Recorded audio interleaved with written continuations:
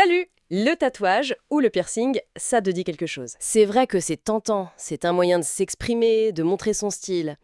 Mais bon, faut pas oublier que c'est une décision qui marque littéralement.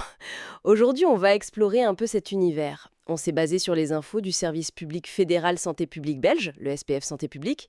L'objectif, c'est simple, avoir les clés pour faire un choix bien pesé. Alors on y va. Bon. Le premier point, et c'est peut-être le plus crucial, la réflexion. Vraiment prendre le temps. Est-ce que c'est une envie profonde qui va durer ou juste un coup de tête passager parce que c'est tendance en ce moment? Ce dessin, cette phrase, est-ce qu'on se voit toujours avec dans 5 ans, dans 10 ans? Les modes, ça va, ça vient, hein? Et puis l'emplacement, c'est pas juste une question de look, visible, caché. Faut penser aux réactions possibles, genre pour un futur job par exemple. On nous dit aussi d'éviter les poignets, les chevilles, les zones où ça bouge beaucoup. C'est ça. Oui, exactement. Ce sont des zones où la peau est fine, très mobile. Du coup, la cicatrisation peut être plus compliquée. Et l'encre risque de baver un peu avec le temps.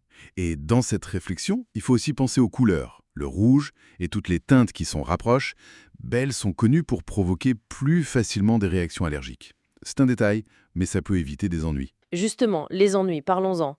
Quels sont les risques pour la santé concrètement? Alors, le risque numéro 1, clairement, c'est l'infection.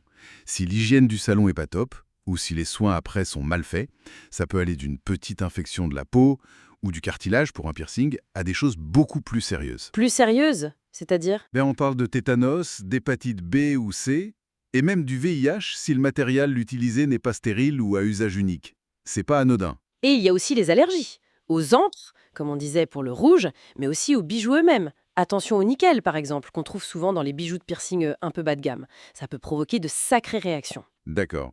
Et si on a déjà des soucis de santé? Des pépins. Très bonne question. C'est hyper important.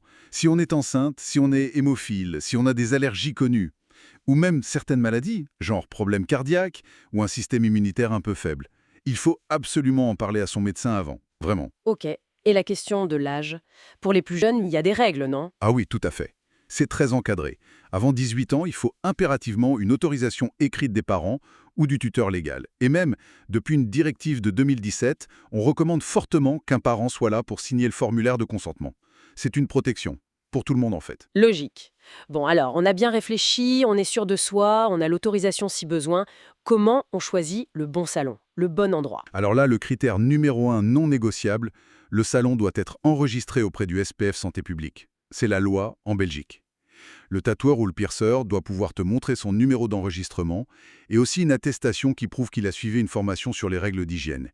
C'est vraiment la base pour s'assurer que l'endroit est sérieux et contrôlé régulièrement. Et il y a des endroits où c'est carrément interdit? Oui, bien sûr. Pas de tatouage ni de piercing sur les marchés, dans les foires, en festival ou à domicile chez quelqu'un. C'est interdit et c'est dangereux. Le seul truc toléré avec un pistolet perce-oreille, c'est pour le lobe de l'oreille. Uniquement le lobe. Jamais le cartilage, le nez ou autre part. D'accord, c'est clair. Et une fois qu'on est dans un salon en règle, qu'est-ce qui doit se passer? Quelles sont leurs obligations? Un bon professionnel, il va d'abord t'informer sur les risques et les contre-indications. Il peut même te proposer un délai de réflexion. Ensuite, il y a le fameux document de consentement à signer. Dedans, tout doit être détaillé. Il doit aussi te donner des instructions de soins après, par écrit, très clair, et pouvoir tracer les encres utilisées, savoir d'où elles viennent. Ah, et un truc important, un pro refusera de tatouer ou de percer quelqu'un qui est clairement sous l'influence d'alcool ou de drogue. Question de responsabilité. Ok. Et une fois que l'aiguille a fait son travail, c'est pas fini, j'imagine. Les soins après, c'est super important. Fondamental.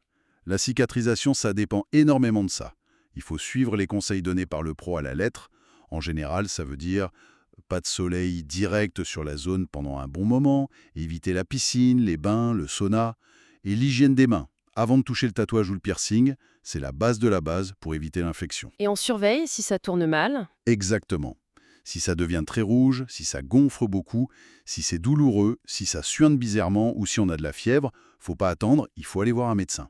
Et un petit détail pratique, si on veut donner son sang, il faut signaler un tatouage ou un piercing récent. Ça peut entraîner un refus temporaire. Bon, et la question qui fâche un peu. Et si on regrette? Ça arrive souvent? Les chiffres qu'on voit circuler parlent d'environ 1 personne sur 5 qui, à un moment, regrette son tatouage. C'est pas négligeable. Ah ouais, quand même. Et on peut faire quoi sinon? Le détatouage?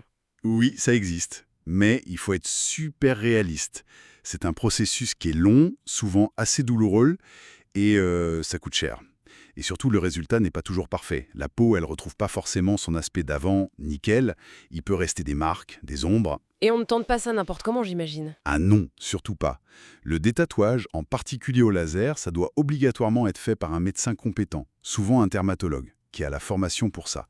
Essayer des méthodes maison ou aller voir des gens pas qualifiés, c'est la porte ouverte aux brûlures, aux cicatrices moches, aux infections. C'est vraiment une très mauvaise idée. Ok, message reçu.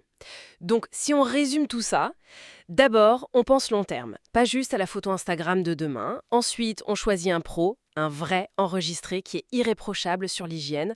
On se renseigne bien sur les risques pour sa propre santé. On respecte les règles pour l'âge, le consentement parental si besoin. Et après, on soigne son nouveau bijou, son dessin super sérieusement. C'est ça. C'est tout à fait ça. Bien résumé. Hygiène, réflexion, professionnalisme et soins. Et peut-être juste une dernière petite chose pour réfléchir. Au-delà du côté pratique, un tatouage, un piercing, c'est une marque qu'on choisit, c'est vrai, une forme d'expression, mais comment cette marque va vivre avec nous? Comment elle va évoluer avec notre image de nous-mêmes, avec le regard des autres, au fil des années, des étapes de la vie? C'est une question intéressante qui va plus loin que juste choisir un joli motif, non? Ça mérite réflexion aussi.